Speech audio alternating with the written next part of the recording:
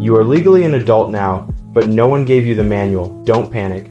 This is part 1 of your step-by-step guide to adulting. Let's start with the basics and money. First, track down your legal documents. You'll need these for jobs, bank accounts, and renting an apartment.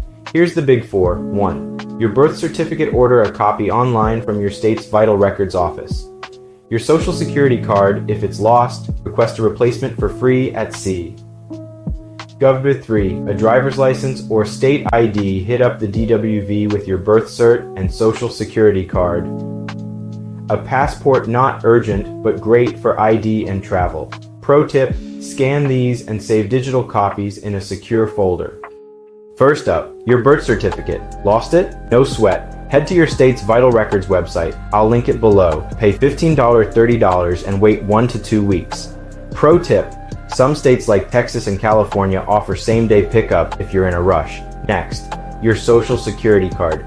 If yours is MIA, go to SSA, GovUs number, download form SS5 and mail it with your ID. Best part? It's totally free. Just don't carry this card in your wallet. Memorize the number instead. Next, ditch the piggy bank. If you're still using your parents' account or cash under the mattress, it's time to grow up. Here's how. Compare banks.